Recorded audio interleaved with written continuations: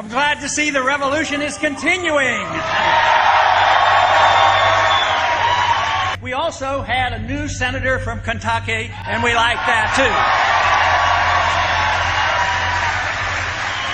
too. We don't need to just change the political parties. We need to change our philosophy about what this country is all about.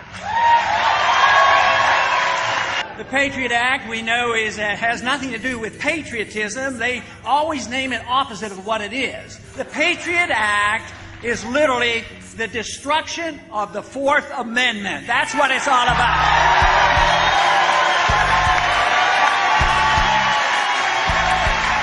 We need to do a lot less, a lot sooner, not only in Egypt, but around the world.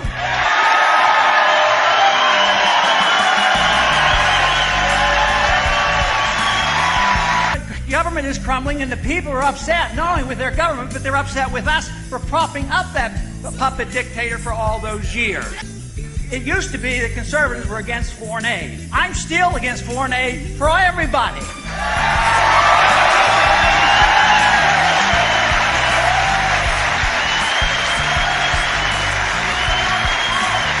Foreign aid is taking money from the poor people of a rich country and giving it to the rich people of a poor country. There's nothing wrong with what the founders talked about. They talked about having friendships and trading, getting along with people, and staying out of the entangling alliance in the internal affairs of foreign nations when it's none of our business.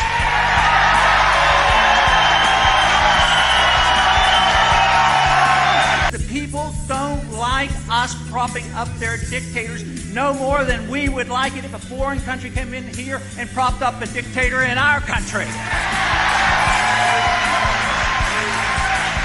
It makes no sense for us to think that we can keep troops in 135 countries, 900 bases, and think we can do it forever. So no matter how badly you want us to do that, it's time to reassess that foreign policy. It's time for us to bring troops home. We've had troops in Japan since World War II and in Germany. Why are we paying for their defense?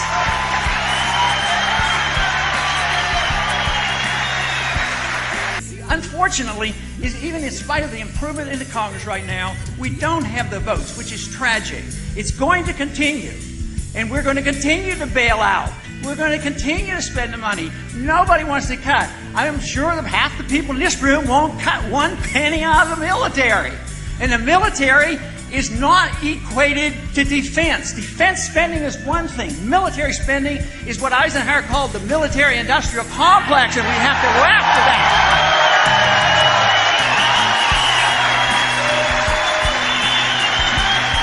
It is our job to check up and find what the Federal Reserve has done, audit them, and find out who their buddies are that they're taking care of.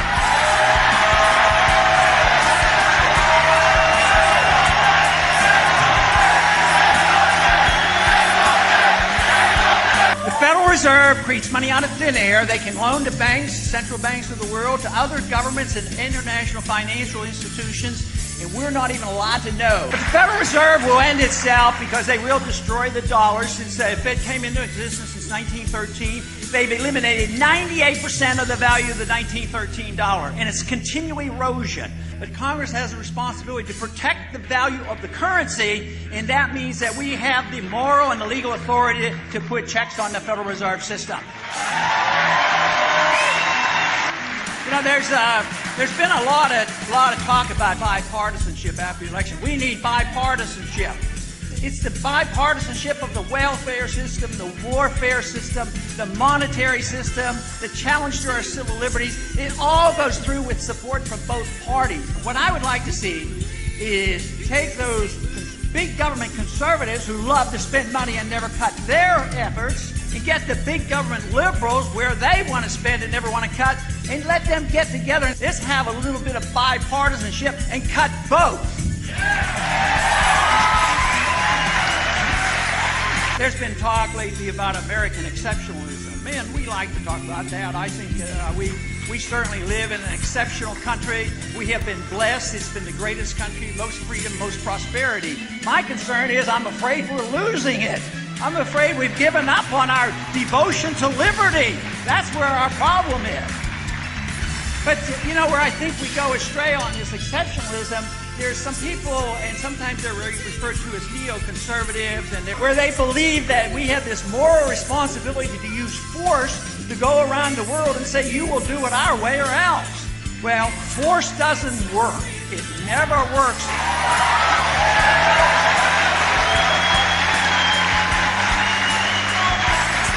To have a sound economy, a sound dollar, treat people decently, have a foreign policy that makes common sense, treat people like we want to be treated, and then maybe they would want to emulate us and say freedom does work and we ought to try it. But we can't force it on other people. The First Amendment is a great amendment. Freedom of expression is protected. The government shall write no laws in reference to our freedom of expression. It doesn't say that we are to have an expression of only the non-controversial ideas. Most people are pretty good on the First Amendment, but where they slip up is they say the government should write no laws about the freedom of activity. So they want to tell, the liberals want to talk about how to regulate your economic activity and how you spend your money, and others want to regulate your personal lifestyle. But government should not be regulating us, and we should adapt one other principle for that to work. We should all swear off the use of violence against our neighbors, our friends, or our other countries.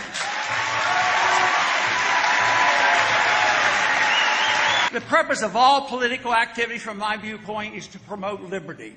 Liberty is the most important element. Liberty comes from our Creator. It doesn't come from our government.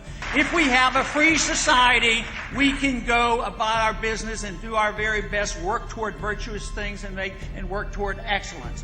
When government takes over the role of making us virtuous and making us excellent, and they only do it at the expense of liberty, government should never be able to do anything you can't do.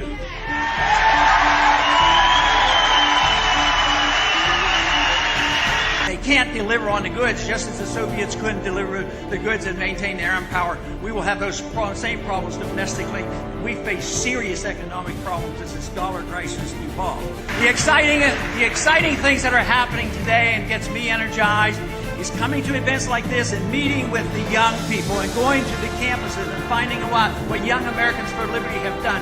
And believe me, the ideas and the principles of liberty are alive and well in the next generation, and there's every reason in the world for us to be optimistic about what's coming. People are getting excited because they're starting to separate it out, what true liberty is all about, what market liberty, personal liberty is, and what it means in foreign policy, what it means in our traditions, the American tradition, what it means because the Constitution confirms and confers with what I'm saying. We should all assume personal responsibility for promoting the ideals of liberty. We should not have long faces. We do not know exactly what tomorrow will bring, but I do know that the effort is worthwhile, and I do know that you can have a lot of fun defending liberty, and believe me, if you understand liberty and realize it's the only humanitarian system that existed ever on mankind, I tell you what, if you learn about it, study it, promote free market economics, and fight for this, I can guarantee it, you will sleep better at night, you will enjoy your life, and you will feel like you're doing something worthwhile.